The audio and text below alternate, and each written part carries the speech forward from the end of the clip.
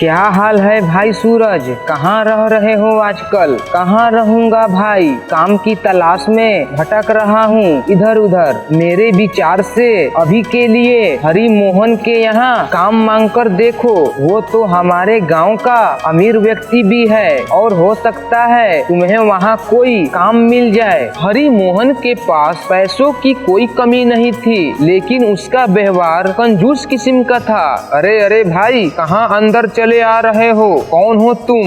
मालिक, मैं सूरज, काम की तलाश में मैं आपके पास आया हूँ। आप जितने पैसे देंगे मैं उतने में ही काम कर लूँगा। मालिक, मुझे काम की बहुत जरूरत है। हाँ हाँ, अच्छा अच्छा। क्यों रे कन्हैया, अपने यहाँ खेत में कोई काम करने के लिए कोई है कि नहीं? फिलहाल तो एक ही आदमी है मालिक। सुनो, तुम कल से खेत पर काम करने के लिए आ जाना।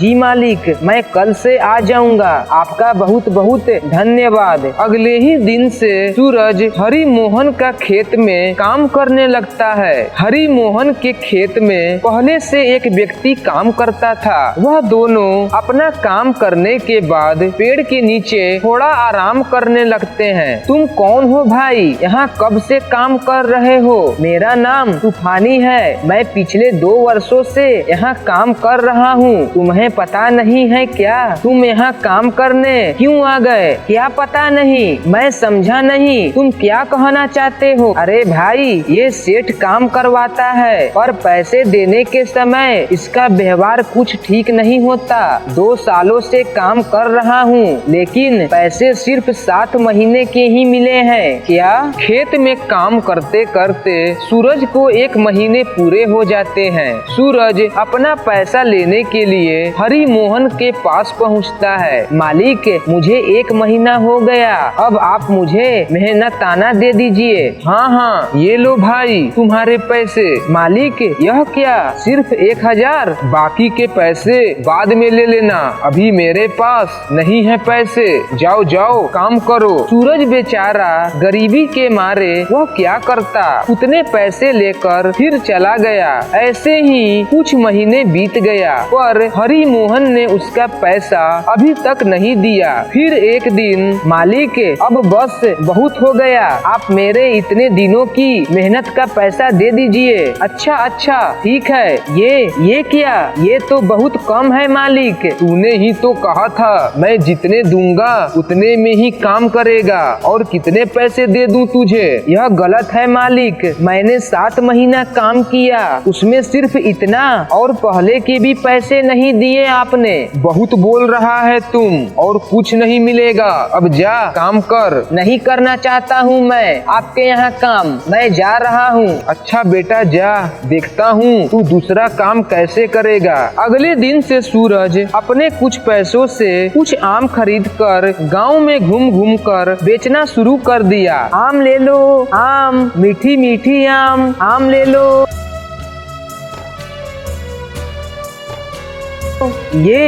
ये क्या किया आपने? मुझसे जुबान लड़ाने चला था ना, अब देखता हूँ यहाँ कौन सा काम करता है। हा हा हा। उस रात को ही सूरज एक झोला लेकर गांव से दूर जाने लगा। अब इस गांव में बिल्कुल ही नहीं रहूंगा, यहाँ से दूर चला जाऊंगा। जंगल में जाते ही उसे एक बूढ़े व्यक्ति की आवाज सुनाई दी। कौन है इतनी रात को यहाँ? कहाँ जा रहे हो बेटा?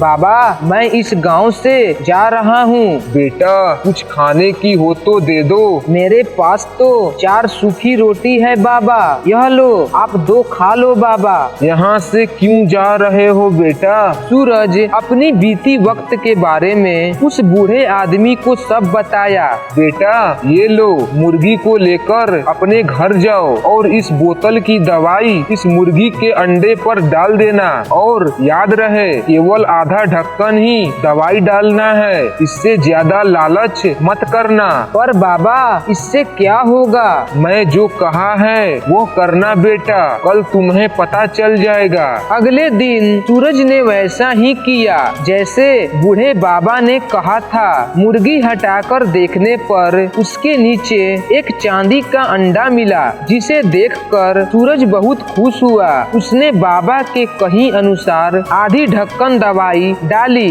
जिससे उसके तुरंत ही वह अंडा बड़ा हो गया। अरे वाह, चांदी का अंडा, वो भी इतना बड़ा, इसे बेचकर तो मुझे अच्छे खासे पैसे मिलेंगे। सूरज वह अंडा को लेकर उसे बेचने निकल गया। उन पैसों से सूरज ने अपने लिए एक नया घर खरीदा और उसके बाद खुद का एक सब्जी का व्यापार शुरू किया और हरि मोहन के यहाँ काम करने वाले दीपक को भी अपनी दुकान में काम पर रख लिया। कन्हैया भाई, कुछ जरूरत पड़े तो बताना। हाँ भाई, मुझे तुम्हारे यहाँ काम करके अच्छा लगता है। अब सब ठीक है भाई। इधर हरि मोहन का नौकर उसे बताता है कि सूरज एक धनवान व्यक्ति बन चुका है। यह सब सुनकर हरि मोहन कुछ सोचने लगा। अगले दिन हरि मोहन एक भिखारी का रूप बनाकर सूरज की दुकान पर पहुंचता है और कहता है, मुझे माफ कर दो भाई, तुम्हारे साथ मुझे वैसा नहीं करना चाहिए था।